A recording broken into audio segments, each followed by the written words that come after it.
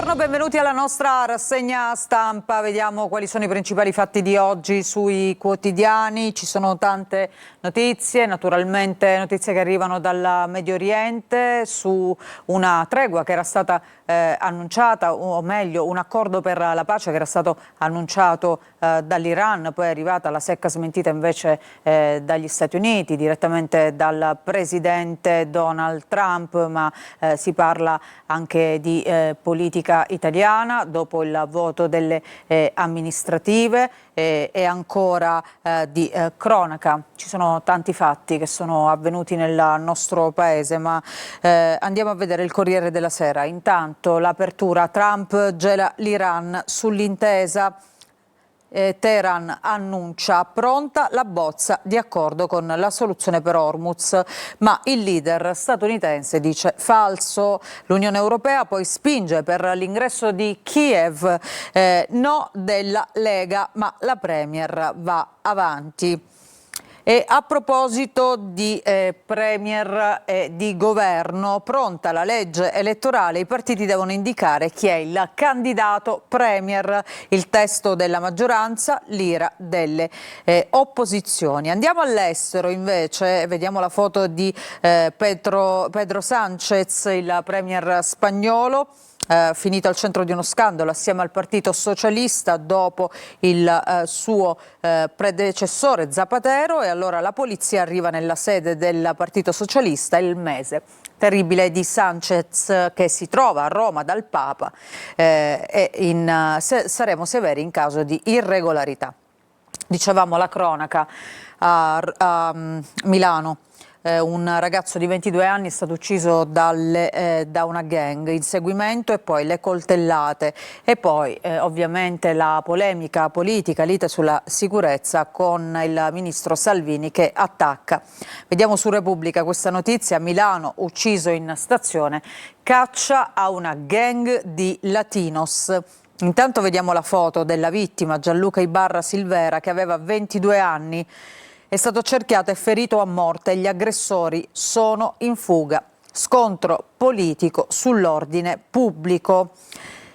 E c'è un'intervista al sindaco di Milano, Sala, sulla sicurezza. Ha detto: il primo cittadino si strumentalizza per propaganda.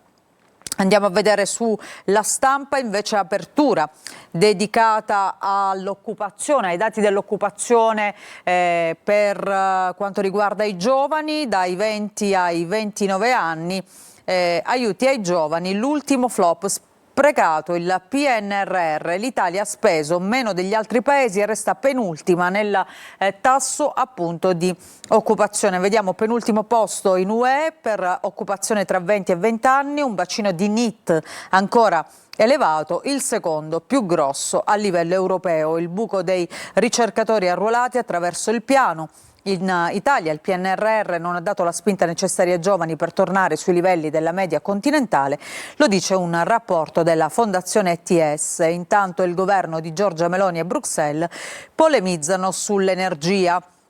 Infatti leggiamo tensione sull'energia, Meloni, fondi recovery per alleggerire le bollette, e Bruxelles che tuona contro l'Italia, dovevate investire sulle rinnovabili. Poi vediamo questa foto invece della patriarca di Gerusalemme Pizzaballa che conforta un uomo che è rimasto ferito nel raid israeliano contro una chiesa di Gaza. No al culto della guerra.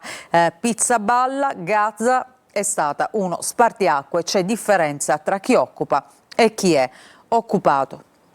Su Avvenire invece si parla dei super bunker iraniani dove viene arricchito l'uranio. Ricorderete i primi raid statunitensi di diversi mesi fa, quando Trump annunciò, insomma, siamo riusciti a bombardare, a distruggere questi siti, ma così non è, secondo il reportage appunto da Teheran.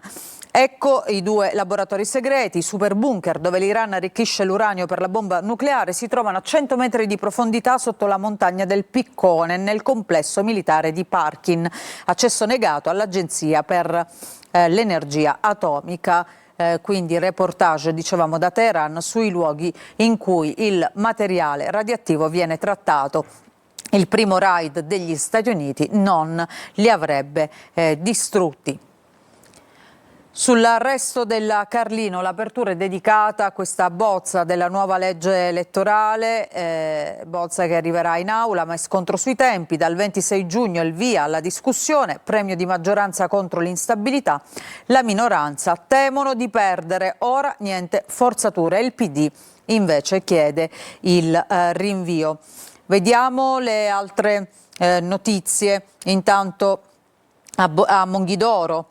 Una donna è stata travolta sulle strisce pedonali, storica barista muore a 83 anni, il guidatore forse era al telefono. E poi vediamo nel taglio basso la burocrazia tassa da 80 miliardi. L'economista Fortis, l'Italia è cresciuta frenati da assurde regole europee. Meloni e Foti sul PNRR, siamo all'ultimo miglio. Il Messaggero di oggi, vediamo ostacolo Hormuz per l'intesa e l'apertura, ma si parla anche di Meloni che dice stop alle spese per le armi perché prima vengono le bollette, mentre a Bruxelles si discute di un nuovo pacchetto di armi per Kiev. Meloni dice no a Crosetto su ulteriori fondi per la difesa, servono per il caro energia. E poi vediamo questa foto dedicata a Villa Borghese, a Roma, Villa Borghese come Central Park, scrive il Messaggero, il rilancio parte da Piazza di Siena verso l'apertura H24, vediamo appunto questo sito con il nuovo manto erboso ripreso dall'alto. Il giornale di oggi, nel taglio alto, l'Italia che verrà, anzi che c'è già polemica sulle strade bloccate dai musulmani che festeggiano il sacrificio e oggi un nuovo sciopero, paese fermo per Gaza. Vediamo queste immagini che arrivano da Civitavecchia, strade bloccate ieri dai fedeli islamici per la celebrazione della festa del sacrificio. E poi vediamo debito pubblico, conti sotto stress, ma l'Italia regge, questo scrive oggi il giornale. Nel taglio basso ancora una notizia, niente ebrei al Pride, Picerno sfida la Schlein, questo è antisemitismo, scontro all'interno del PD. Vediamo Libero che apre con una notizia legata proprio al giornale, dopo le minacce ricevute dal direttore Mario Secchi, scrivono vogliono ammazzare il direttore di Libero, minaccia Secchi per gli articoli sugli anarchici morti fabbricando bombe, la solidarietà del Premier e dei ministri, difendere la libertà di espressione. Poi l'editoriale appunto di Secchi, come si vive prigioniero da uomo libero. Andiamo sulla Verità. Socialisti con i soldi degli altri, scrive. Che disastro, i miti della sinistra italiana, il riferimento è ai leader appunto della sinistra negli altri paesi europei e non solo. Dopo i guai di Zapatero, la Guardia Civile perquisisce la sede del partito di Sanchez a Madrid a caccia di prove su finanziamenti illeciti. L'idolo di Elli però si incolla alla poltrona. A New York il sindaco Mandami in stile Salis vuole requisire le case a chi le tiene chiuse. In Francia la macroniana presidente della Corte dei Conti studia il prelievo sui depositi bancari per tappare il buco sanitario. E poi si torna a parlare dell'inchiesta che ha travolto gli arbitri in Italia, si allarga l'inchiesta, silurata l'unica donna, ma era stato rivelato già tutto in TV mesi fa. E poi vediamo ancora bomba rosso-verde sul ponte degli italiani. Domani il solito sciopero dei trasporti con le motivazioni più varie, pro-Palestina, contro la guerra, il governo, eccetera. Sabato paralisi in Trentino Alto Adige, gli ambientalisti bloccano il Brennero, gravi danni al turismo. Si parla anche di virus. La lobby del vaccino, scrive La Verità, cavalca Ebola e antivirus. La vice capa del CEPI svela perché le due minacce vengono pompate sui mass media. Andiamo sul Sole 24 Ore, vediamo questa notizia. vivere sulla Luna, la NASA accelera, saranno italiane le prime abitazioni sul nostro satellite al via dal 2032. E poi il Fatto Quotidiano invece torna sulla giustizia, sull'immunità ai politici. Zitti zitti, ridanno l'immunità ai politici. Dopo MPS c'è il bis sulla chat con Carroccia. Gli intoccabili, PM vogliono i colloqui sulla bisteccheria, che è il locale appunto che vedeva socio Del Mastro con alcuni esponenti della mafia capitolina. Destre pronte al no. Vediamo La Nazione di oggi, vediamo da qui nel taglio alto il cold case di Rosita, scomparsa nel 2012, si scava sulle colline. È sparita nel nulla, ma c'è un indagato, siamo a Lucca. E poi una storia a 90 anni sulla Ferrari, che gioia, ecco questa signora che a 90 anni appunto si è seduta e ha potuto guidare la Ferrari. Vediamo il Manifesto, sotto tiro è il titolo di apertura, l'avanzata di Israele nel sud del Libano si estende fino a Tiro. Con i suoi 200.000 abitanti tra ordini di evacuazione e bombe, emergenza sfollati senza precedenti, così Netanyahu prova a sabotare un'eventuale intesa Iran-Stati Uniti che includa anche il paese dei cedri. Sull'unità, invece ieri la commemorazione di Matteotti, a lui è stata dedicata una targa appunto alla Camera. La Camera commemora Matteotti. Fratelli d'Italia assente, sono ancora un po' fascisti, i parlamentari dell'opposizione protestano per lo sfregio dei meloniani che appunto non si sono presentati. Durante questo momento è stata apposta una targa appunto che lo ricorda sul banco numero 14, da dove appunto fece il suo discorso contro i fascisti, discorso che poi gli costò la vita. Andiamo sul Giorno, si parla nel taglio alto ancora di Garlasco, Chiara, il sangue e le scale, il killer non tornò indietro, la consulenza di Sempio contro la tesi dell'impronta bagnata, la famosa impronta numero 33. Vediamo sul Mattino questa notizia, la DDA.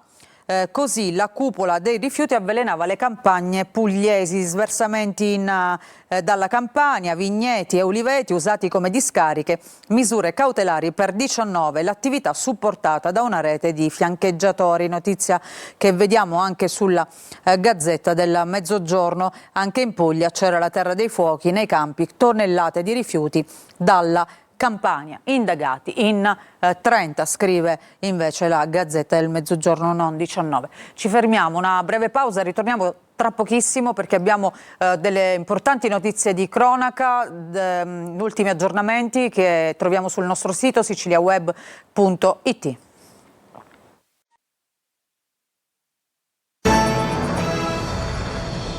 Bentrovati, come vi dicevo prima della pausa, vediamo alcuni importanti aggiornamenti sul nostro sito siciliaweb.it. Si continua a scavare su Matteo Messina Denaro, la Procura di Palermo prosegue le indagini non solo per ricostruire questi 30 anni di Messina Denaro, di latitanza, ma anche per capire quali fossero realmente gli affari, con chi in questo caso appunto vediamo i soldi venivano fatti a palate con la droga, trovato il tesoro del boss, operazione della DDA in diversi paesi, scatta il maxi sequestro, questa è l'apertura.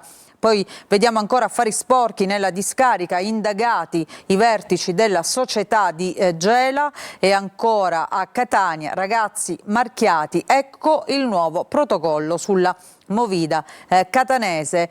Una notizia di cronaca ancora per chiudere, ferita fucilata il catanese che rubava angurie. Ma intanto torniamo sulla notizia in primo piano, in apertura andiamo a vedere all'interno che cosa ha scoperto la DDA in diversi paesi, non soltanto in Italia. Oltre 200 milioni di euro è stato ritrovato l'enorme patrimonio frutto del reimpiego anche attraverso società offshore dei guadagni incassati dagli anni 80 col narcotraffico sotto l'egida del superboss Matteo Messina Denaro. Tutto è nato da un'operazione internazionale coordinata dalla Direzione distrettuale antimafia di Palermo e condotta da finanzieri, durante la quale sono state arrestate 3 persone per impiego di denaro di provenienza illecita aggravato dall'agevolazione mafiosa ed è scattato il sequestro di beni, società e disponibilità finanziarie per oltre 200 milioni di euro.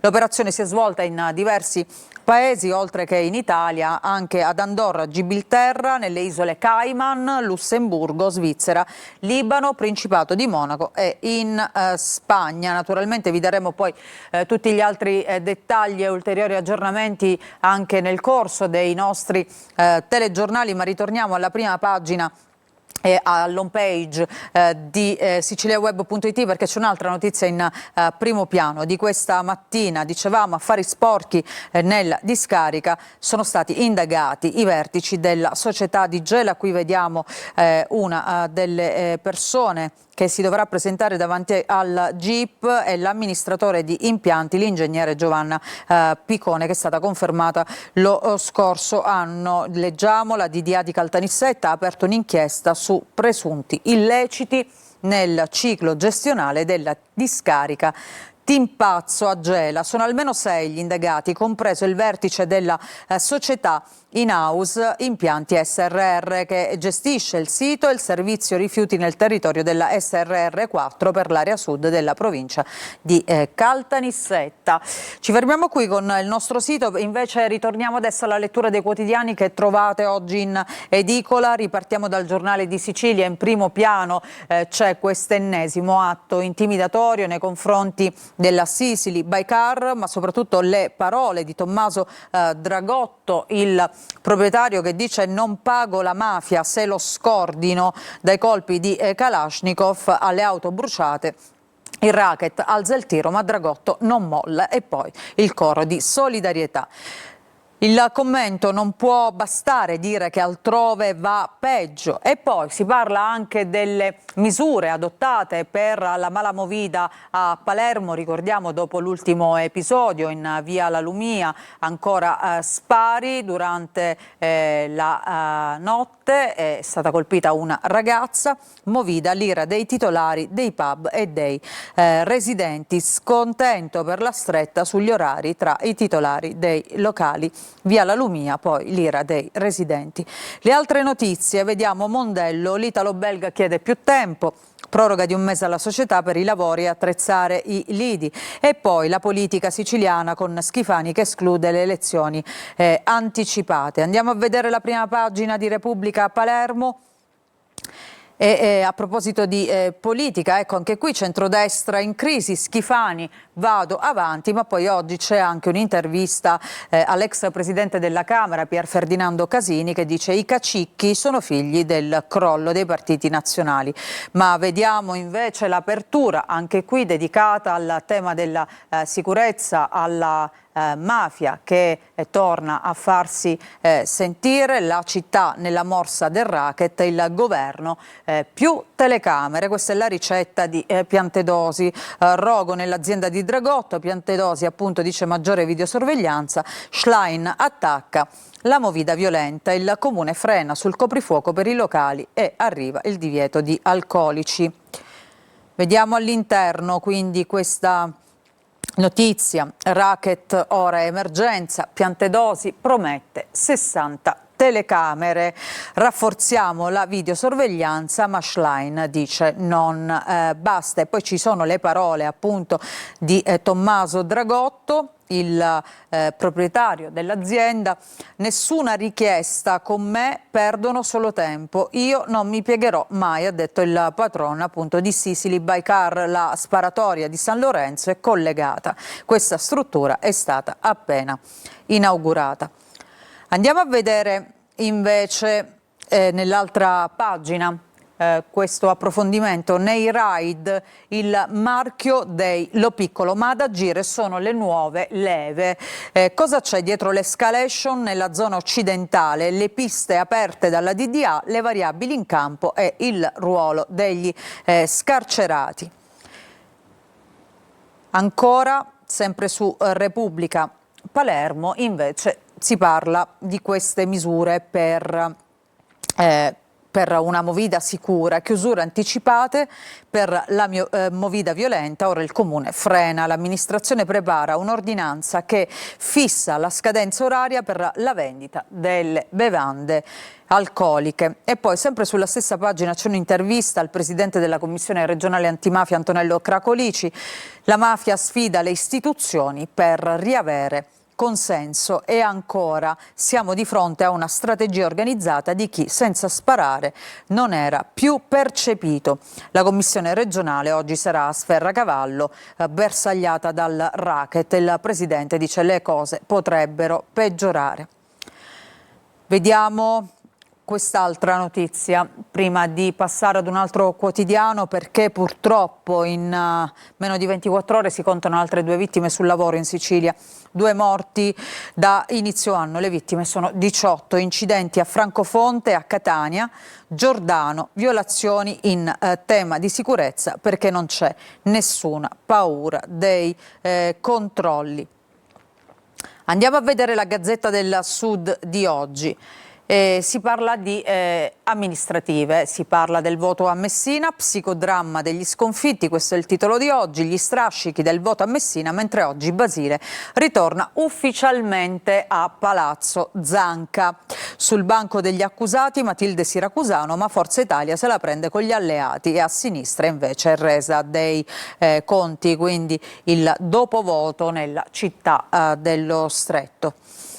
Ancora vediamo altre notizie, la politica invece regionale, il centrodestra è nel caos, ma Schifani esclude elezioni. Il presidente della regione alle prese con le spaccature profonde della sua coalizione. Nel taglio centrale invece ci sono 2 notizie, una che abbiamo già visto relativa a questo nuovo attacco alla Sicily by Car, ripresi mentre appiccano il fuoco, distrutte 11 auto, e poi si parla di gioco d'azzardo, affari miliardari e la capitale italiana e patti nel messinese. Libro nero sul gioco d'azzardo curato da Fondazione Iscon, Federconsumatori e CGIL. Messina, maglia nera in Sicilia, ha un primato negativo appunto per quanto riguarda il gioco d'azzardo. E poi vediamo nel taglio basso troppi bimbi non vaccinati, piano di intervento a Messina. Porte aperte nei centri ASP per consentire i recuperi. Andiamo a vedere la prima pagina della Sicilia, inferno di fuoco. A Palermo, devastante rogo nel deposito di Sicily by Car, la sfida di Dragotto, non hanno dove andare. E poi si parla del caso Galvagno, cade la corruzione per il Capodanno. L'archiviazione del GIP, il capitolo del Capodanno esce definitivamente dall'inchiesta che vede coinvolto il presidente dell'Ars Galvagno, l'archiviazione segue lo stralcio. E poi invece per quanto riguarda il voto in Sicilia, Lavardera balla da solo, ballottaggi, rush finale. Ad Agrigento Lavardera annuncia i ballottaggi controcorrente, va da solo, non faremo alcun accordo. Nel centrodestra Gentile, Democrazia Cristiana Lega, scarica Longe, nessun apparentamento al rush finale, anche Ispica e Bronte. E poi De Lucas chiama la spina a Schifani, le parole del leader di Sud chiama Nord. Vediamo in primo piano il calcio, la Serie C. Vergogna finale, il cuore non basta, il Catania vince solo 2-1 ed è follia ultra, i rossazzurri non riescono a ribaltare lo 0-4 dell'andata, un risultato pesantissimo per il Catania e per la sua corsa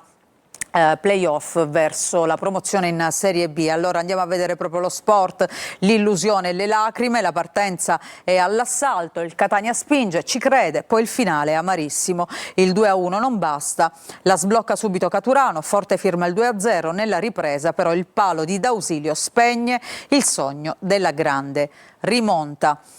E ancora i 20.000 tifosi a sostegno, ieri appunto Massimino gremito di tifosi, poi esplode la rabbia con il lancio di petardi e di fumogeni in campo. Dopo aver spinto fino all'inverosimile, gli ultra delle due curve hanno dato sfogo al loro malcontento. Queste le contestazioni di ieri che purtroppo si prevedevano, si attendevano, dato anche il risultato, dicevamo, della semifinale d'andata. Le parole di Toscano, frasi di addio. A gennaio la squadra si è visibilmente sfaldata. Qualcuno tra i miei calciatori doveva capire che cosa vuol dire allenarsi e giocare in una piazza del genere. E poi il presidente Pelligra, che lascia la tribuna in lacrime, il pubblico chiede la testa invece di Grella. Parliamo velocemente anche del Palermo, dalle pagine di Repubblica. Il Palermo continua con Joronen, accordo tra le parti, presto la firma. E poi invece non parliamo di calcio, ma parliamo di tennis, di Federico Cinà, che aveva debuttato alla grande al Roland Garros. Cinà fuori al Roland Garros, il tennista palermitano battuto in 3 set da De Jong. Il padre allenatore non era il nuovo Sinner dopo la vittoria e non è crollato dopo la sconfitta. Con queste parole ci fermiamo, grazie per averci seguito. La rassegna stampa ritorna domani, subito dopo i nostri telegiornali.